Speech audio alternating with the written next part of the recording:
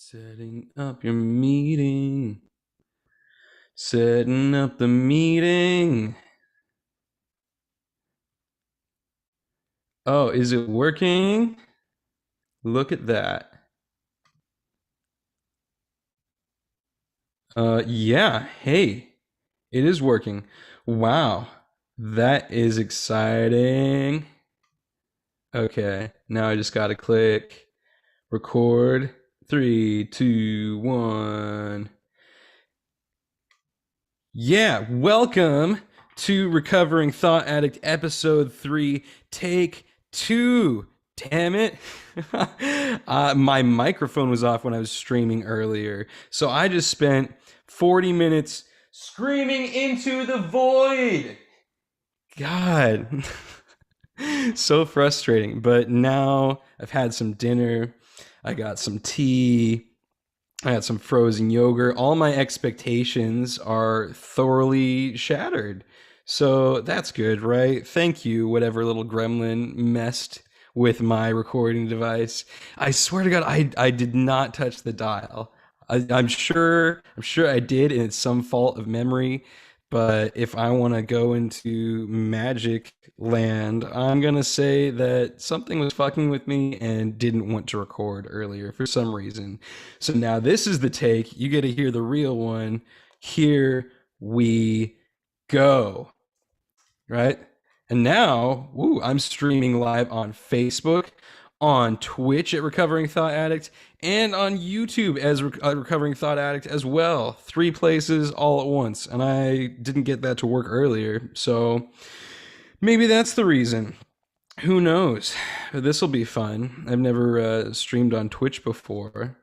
So we'll see how that goes. I don't know where I go to see comments on this restreaming app, but that's something I'll be figuring out as well, I suppose.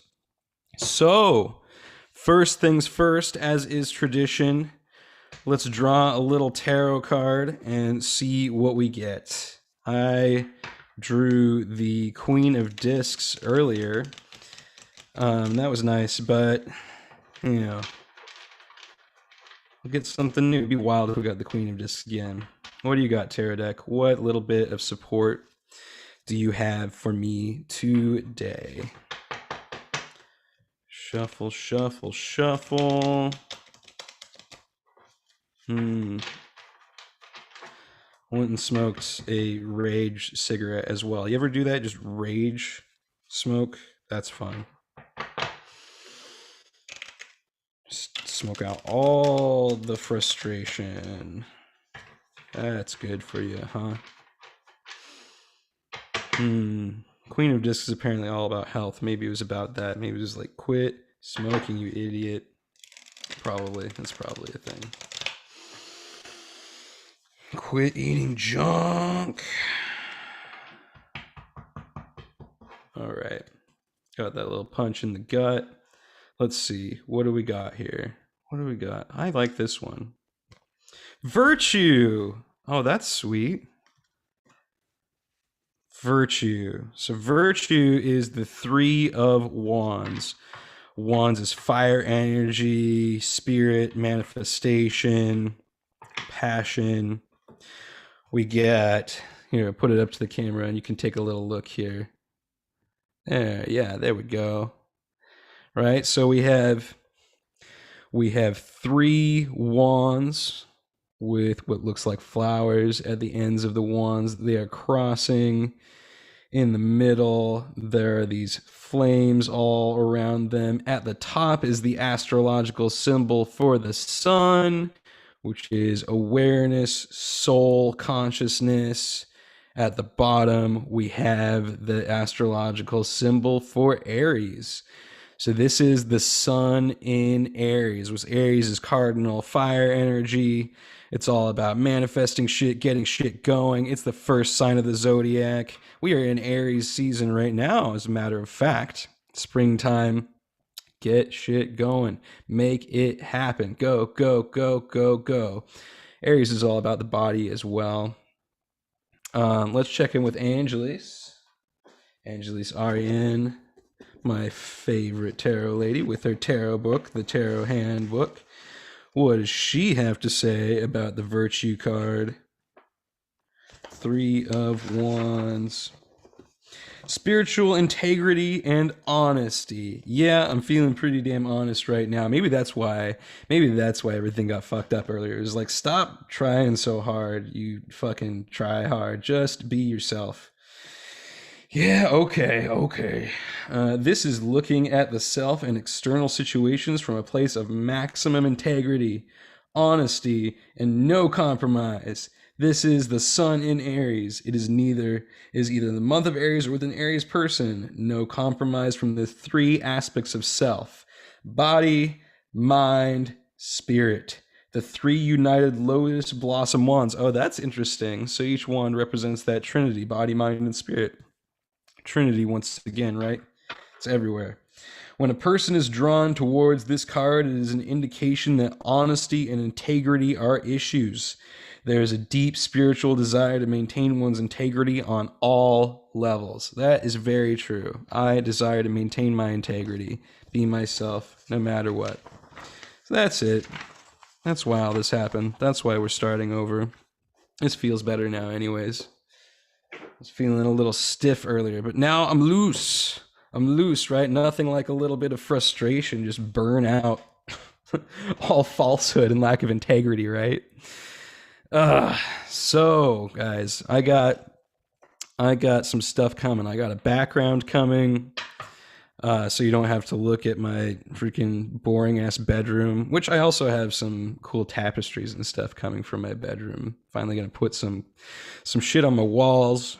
What else do I got coming? I got some stuff to hopefully make my iPhone into a webcam that doesn't lag this time coming. That would be nice, so I can get a better angle on my beautiful face and get a better picture quality. We're moving ahead. Aries shit, making it happen. Go, go, go. So let's try this again. The things I wanted to talk about today.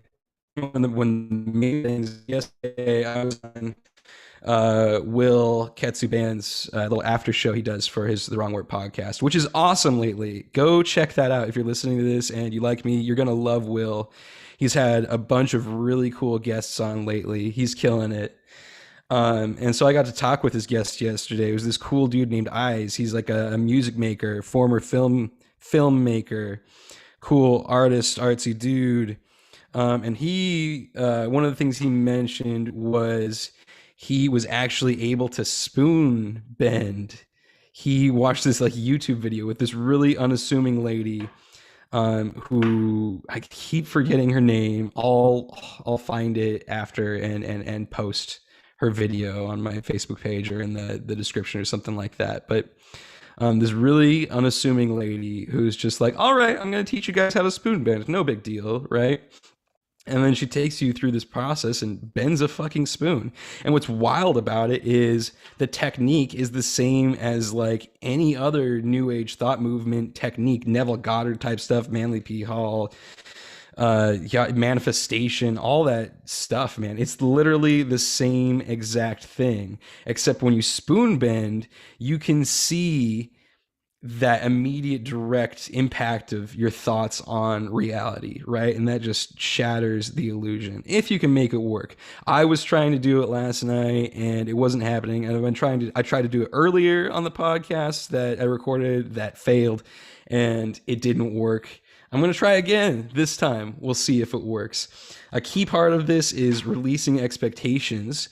And I think that's probably my greatest freaking struggle in this lifetime, is letting go of expectations. So this will be a fun little practice for me. I'm going to be probably trying to do this for a while. Maybe I'll try to do this every episode until it happens. But Will was able to do it for like first try last night after the podcast, like 3 hours after the podcast. He sent me a message and was like, look, I did it. Wow. It's like, holy shit, that's amazing. I can do it. And no, it didn't work. Oh, so it goes, right?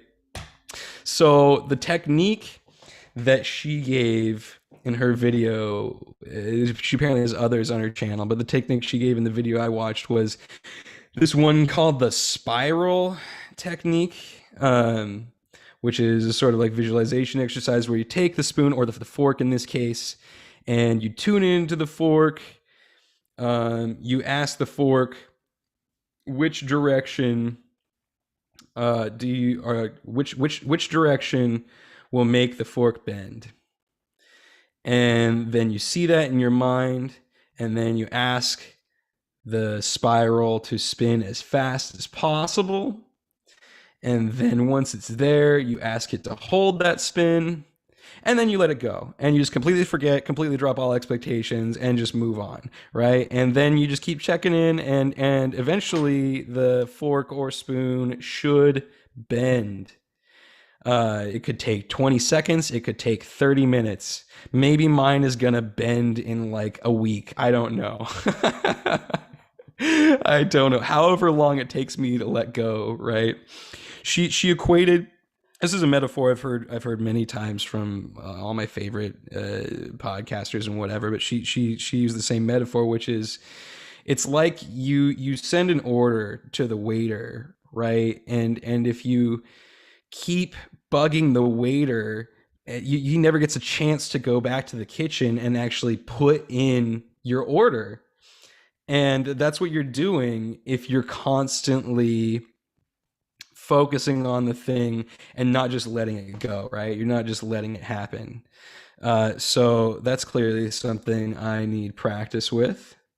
And let's give it a shot. Let's see what happens. Take some deep breaths, clear my energy,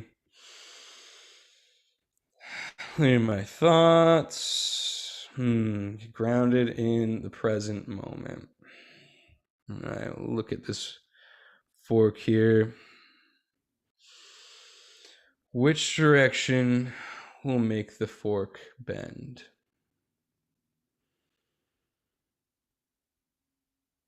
Okay, I'm seeing a counterclockwise spiral.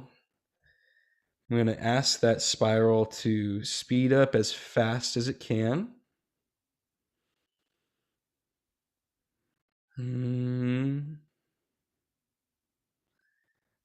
Okay, and hold it there.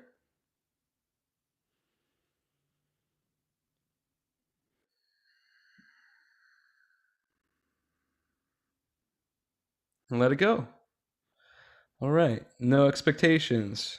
Check in, still not bending. All right, we're just going to set that aside, and we'll check in on that fork later. So, some other stuff I wanted to talk to you about. Kate Bush, man, I love Kate Bush. She's one of my favorite witches. She's a musician. She's freaking awesome. I've been listening to this song by her called "This Woman's Work" like over and over again this week, and the Maxwell version of it too. Both awesome. And it's like one of my favorite songs ever. Every time I listen to it, I fucking cry, get emotional release. It's just great. And I keep hearing like all the metaphorical aspects of the lyrics and all the wisdom of the lyrics, which is, it's all over the place in media and art in general. I think all good art seems to contain this, right? Contain the secrets to the universe in some way, in some level. It seems to be how it creates that resonance. But so this song, I before I was gonna do it on the podcast earlier, I looked it up to look into like, oh well, what's her meaning of it? What are some interpretations of the meaning? Because I had my own, and do not do that. It completely ruins it. It's like she wrote it specifically for like this John Hughes movie about having a baby or something like that. It's got Kevin Bacon in it, and it's specifically just for this like birth scene in this comedy movie. And I'm like, damn it. That sort of like ruined the deepness of it for me a little bit, but it makes sense. I mean, this woman's work, bump my microphone. This woman's work, yeah, birth, of course, but I mean, birth is still a beautiful metaphor for the manifestation process too, right? You put all this love into your woman, and he's not yours, but you don't possess her. But anyway, you just put it like love, and then it starts creating this baby, and you just forget about it and let it gestate, right? The fork, check in. This fork is gestating right now. And then eventually, all that love manifests in the creation of this beautiful new human being. But there's some other deeper stuff in in the song and in the lyrics that I wanted to get into. So let me. Oh my goodness, I had it pulled up in a tab, but it's gone again now. I must have clicked out of it. Let's pull up another one. Man, I'm feeling really Aries energy after all this stuff today. Got that fire in me. Okay, This Woman's Work by Kate Bush, not Maxwell. He only covered it. Pray God you can cope. All stand outside this woman's worth, this woman's world. Oh, it's hard on a man. Right. So this is, I was thinking of this from a divine feminine, divine masculine sort of aspect. This woman's worth, this woman's world. That's all like this receptive, divine feminine thing that the divine masculine just can't get, just can't understand, right? It's all always asserting, always thinking, always creating in that active way, and the woman just receives and is like a channel and lets this thing into the world, right? And it's perhaps, it's hard on a man to stand outside, especially while that birth process is happening and all this pain and suffering is happening. Man, I had this thing happen to me on a mushroom trip where I was like seeing a person who was, I guess, my wife or partner or spouse or whatever in some other lifetime going through childbirth and potentially dying in childbirth. And it was heart-wrenching and heartbreaking. And that feeling of hopelessness when you just can't do anything and you just have to allow this process to happen is, yeah, for sure hard on a man who just wants to control and make things happen. Right? Now his part is over. Now starts the craft of the father. And when I ever see father, I think Saturn, I think boundaries, and perhaps the craft of the father is now setting up boundaries with this manifestation process that you need to just let happen. You can't let it, you can't focus on it, you can't let it affect you, you can't try to control it. It's the craft of the father to now build this container for this thing to come into the world. And then it's this section that goes, I know you've got a little life in you left. I know you've got a lot of strength left. And that's the part where I always cry, because it's just it's just like yes, I do. I can keep going. I still have that strength. That life is still there in me. I got a little bit. I can keep going. Right? I should be crying, but I just can't let it show. I should be hoping, but I can't stop thinking. Classic thought addict, masculine stuff, right? Like you just can't let your emotions show. You can't cry. You can't, which comes from release, right? Just releasing and allowing is what usually allows things to cry, but you just can't show that vulnerability, right? I should be hoping, but I can't stop thinking. All you're thinking is blocking out your hoping, right? Hoping is this beautiful emotional thing where you're just seeing your ideal and you're putting your hope and your love into it. Instead you're thinking, right? You're just thinking all that hope away. You're having all those fears and doubts and all the reasons how this could go wrong, right? But that's the wrong energy to put out there. You should be hoping. You should be hoping. Lost my spot. Oh yeah. All the things we should have said that are never said. All the things we should have done that we never did. Yeah. These are the thoughts he's having, right? These are the thoughts that the thought addict is having. He's thinking about all the things that went wrong, all the failures, all the things he didn't do, everywhere he went wrong. It's flooding his mind, it's blocking all that hope. And he says, "Oh, darling, make it go away. Make it go away." Right? And then there's this beautiful passage. It gets really quiet. Gets really quiet as the inner voice of the divine is speaking. It's, give me these moments. Give them back to me. Right?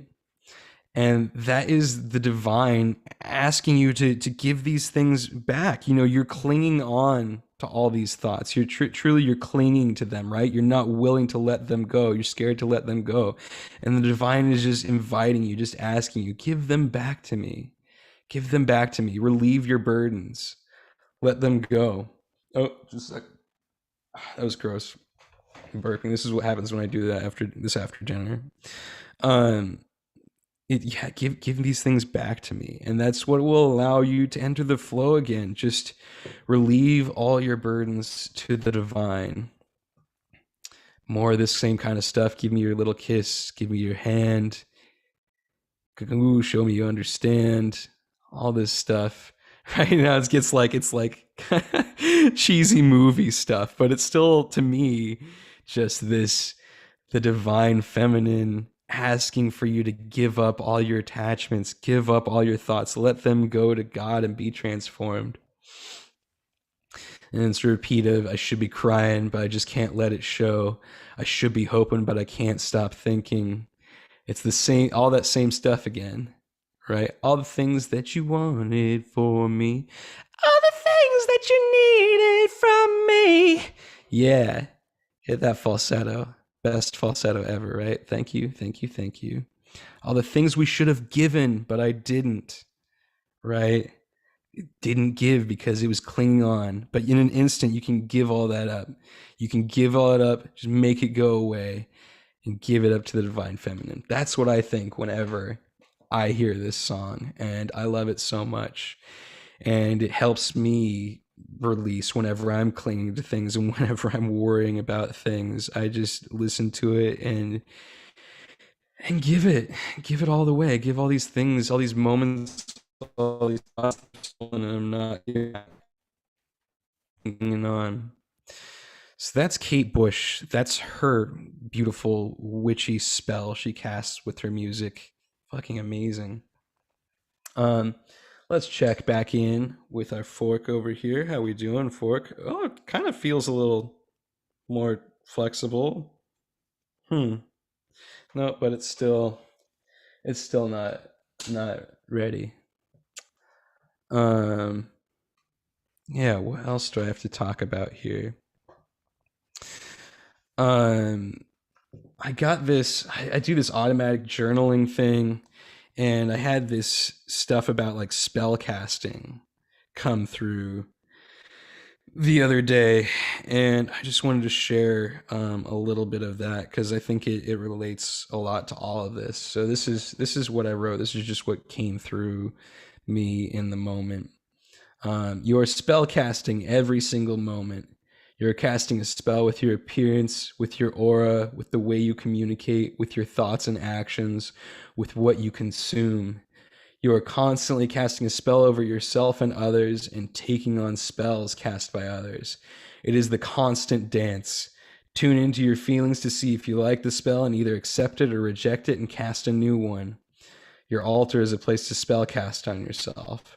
Prayer and meditations are methods of spell casting on yourself. Consuming content is allowing another spell to be cast on yourself.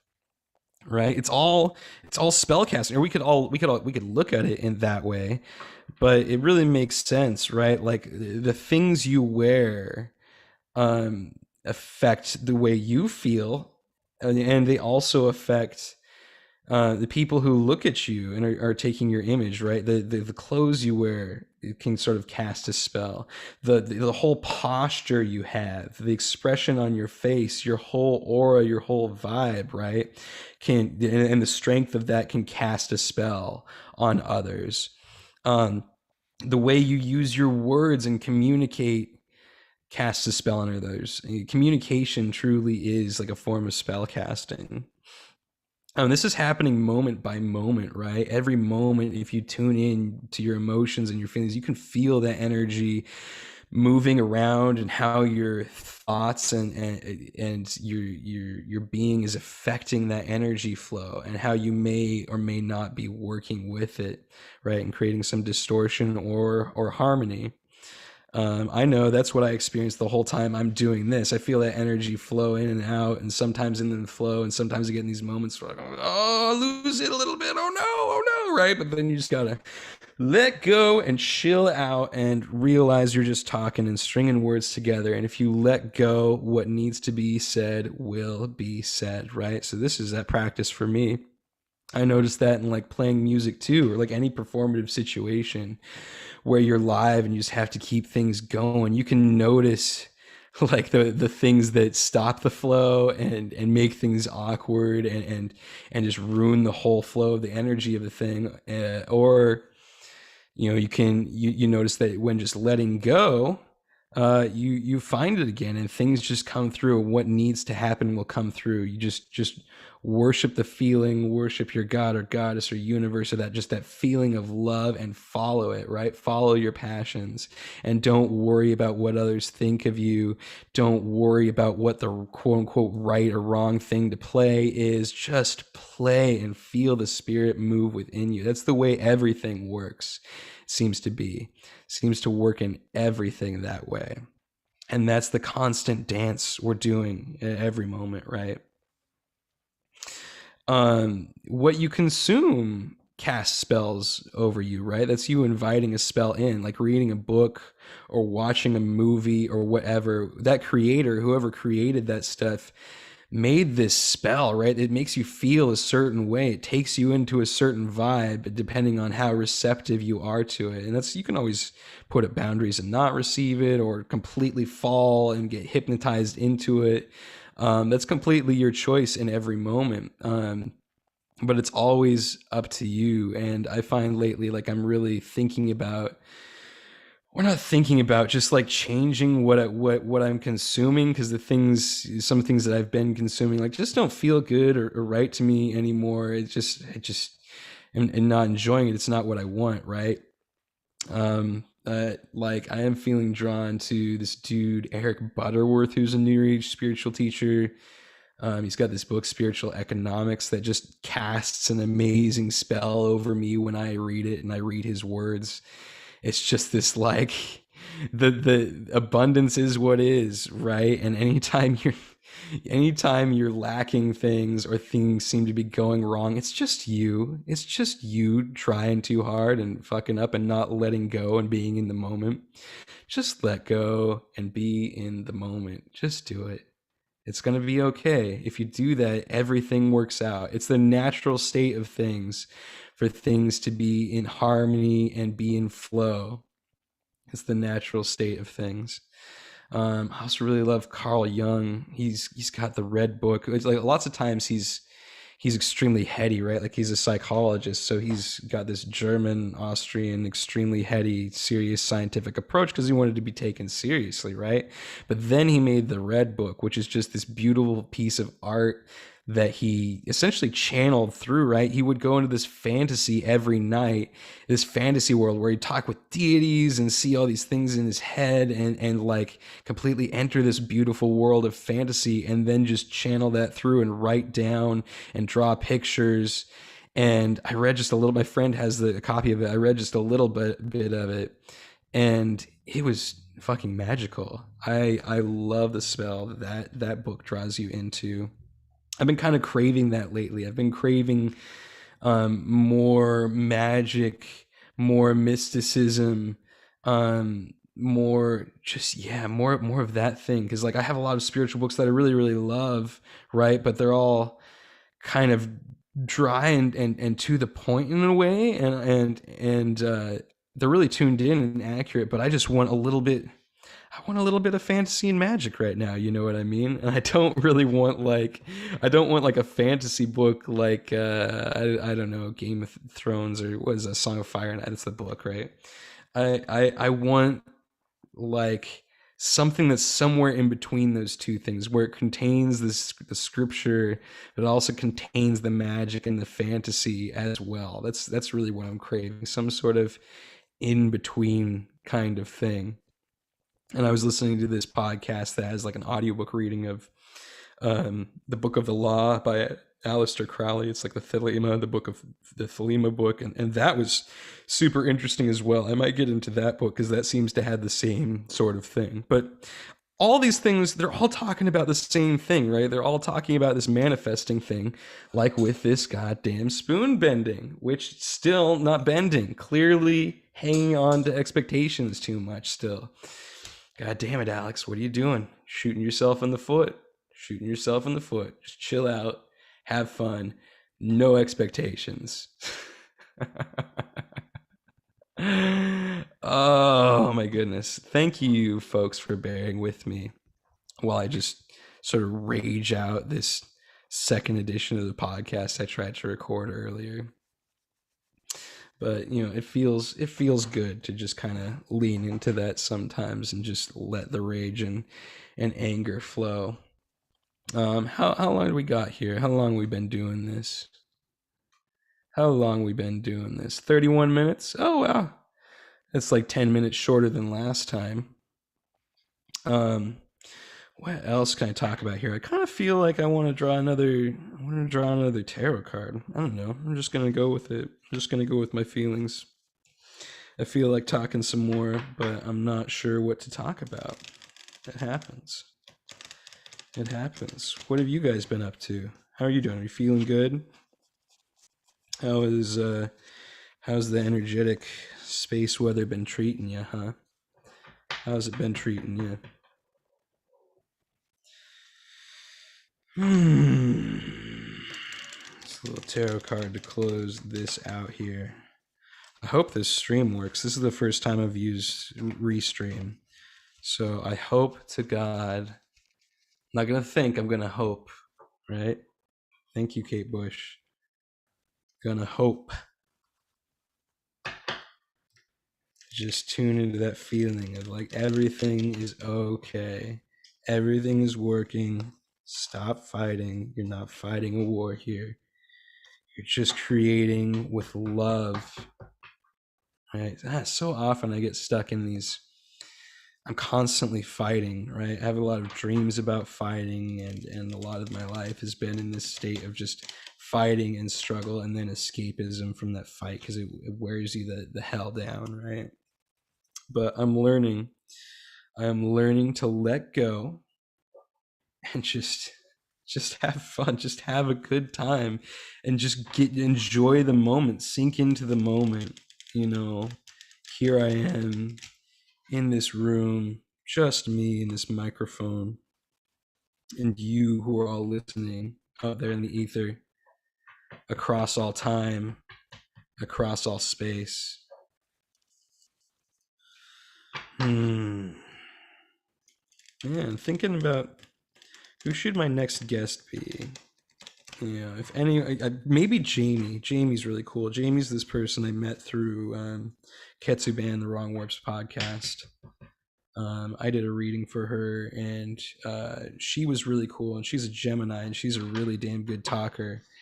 And she, though she doesn't think so some of the time, she knows a lot about a lot of shit, right? She knows a lot more about alchemy than I do. She's been listening to this podcast called Know Thyself, and I know they dive deeply into alchemy and astrology as well. But I think it's more an alchemically focused podcast, and that's something I sort of understand peripherally because I understand the through lines with the elements between astrology and all that stuff. But I would be really interested to have her come on and walk me through all the alchemical stuff. So maybe that'll be the next one.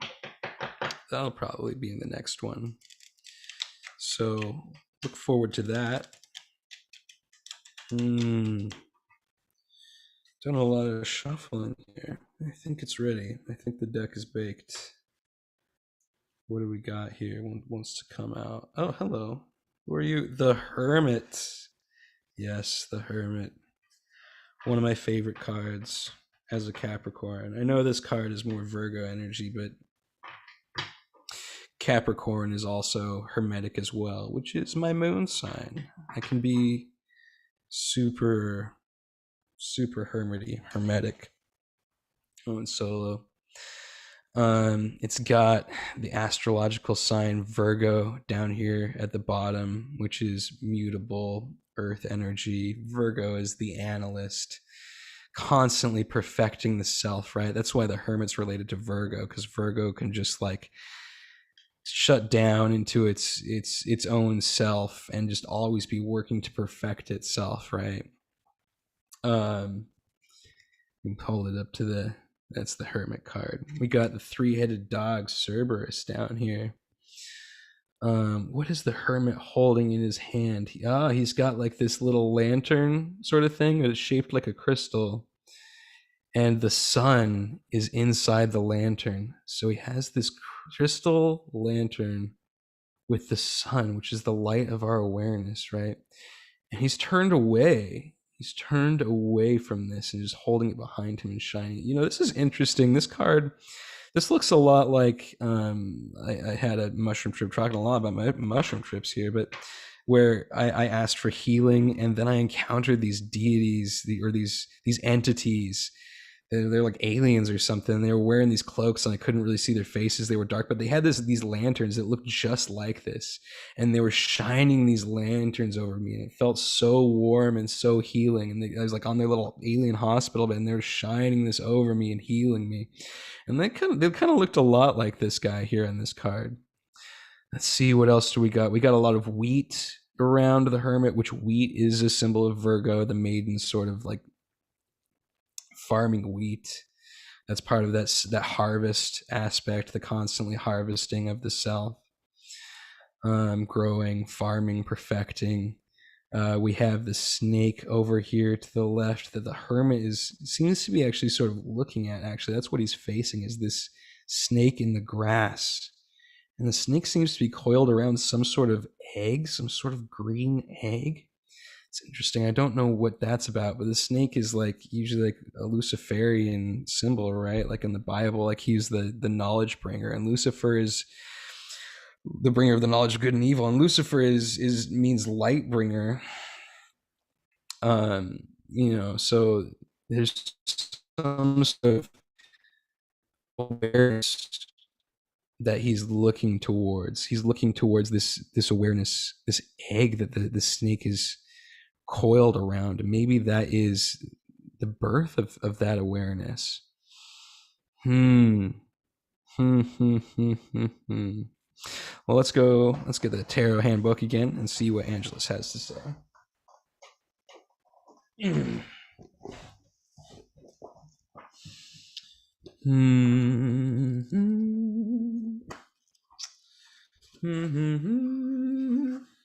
The Hermit is one of the trump cards. It's the 9th card of the trump in the tarot. The Hermit, the meditator, philosopher, sage, and wise man. Let me find a comfortable place to set this book. No, that's not a good spot. There we go. Hopefully you can still hear me turned like this. One who will not, cannot compromise one's values, needs significant relationships, or prefers to be alone rather than to indulge in anything mundane or superficial. Yeah, I'm definitely feeling like that lately. Like I don't want to be alone necessarily, but I just want the people that I interact with to just be, I don't know. I only want deep talks right now. You know, I'm kind of bored and sort of drained by superficial conversations right now. I'm just looking to get deeper with people and have real significant, meaningful relationships with them. So that's what the Hermit's all about as well. A natural sage, way shower, seeker, gifted working with the hands or nurtured by touch. Desire to complete things from the past before moving forward, strong organizational abilities, all Virgo stuff. This is Virgo. Yeah, it's just straight Virgo. Completion, perfection, and introspection. Nine is the number of completion. The hermit has the ability to motivate and inspire others. As an earth sign, there is a deep appreciation for the body and the wisdom of the earth and natural process. There is a deep love for beauty, order, and harmony. Mm-hmm. Mm-hmm. When a person is drawn towards this card, one is needing to complete any unfinished business from the past. This is a time to get into the body, to beautify the home, to be introspective and contemplative. One may seek an outer mentor to mirror one's own wise sage or to become more the mentor for others, to inspire and motivate them. Hey, that's kind of what I'm doing here, right? I hope, at least. Um, yeah, and that's interesting because the other card I drew earlier in the previous podcast was uh Queen of Discs, similar sort of body, earthy kind of stuff. And the card I drew at the beginning of the podcast as well was Aries, right? Which was all about body as well. That was the virtue card. So a lot of getting down into the body stuff right now, which is, yeah, especially true for me. I don't know about you guys, but that's a big part of my work here is getting into my body. I've been out of my body for a long time, and it's always a struggle to get down in here and get comfortable in this little avatar vessel. But yeah, it's a constant work. Virgo's always working, completing, perfecting. Okay, I think that's what I'm going to leave you guys with.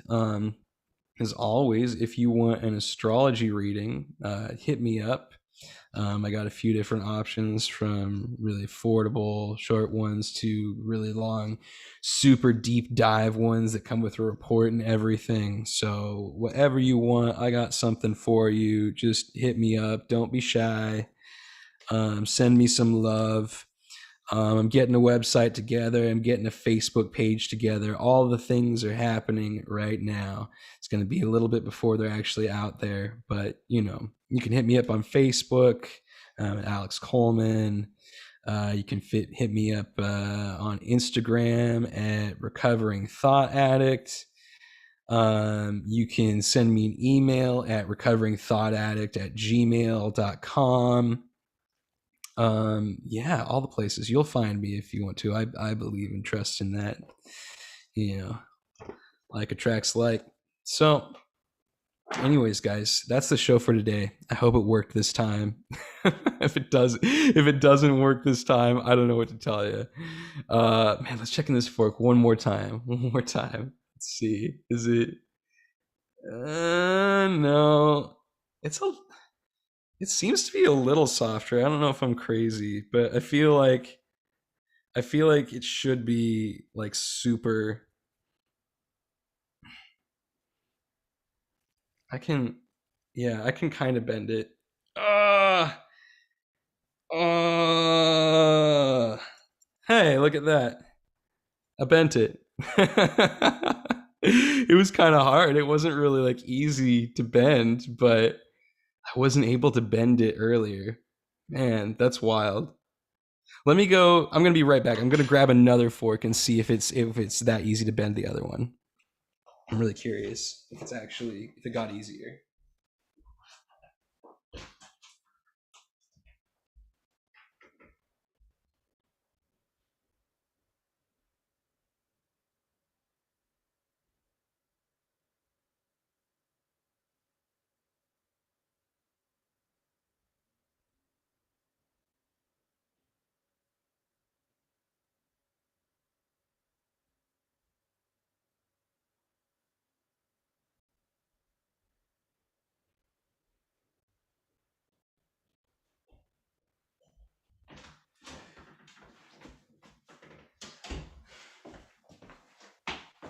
Nope, nope. I think I just muscled that one out because I went to try and bend another one and it seemed like it was gonna go just as easily.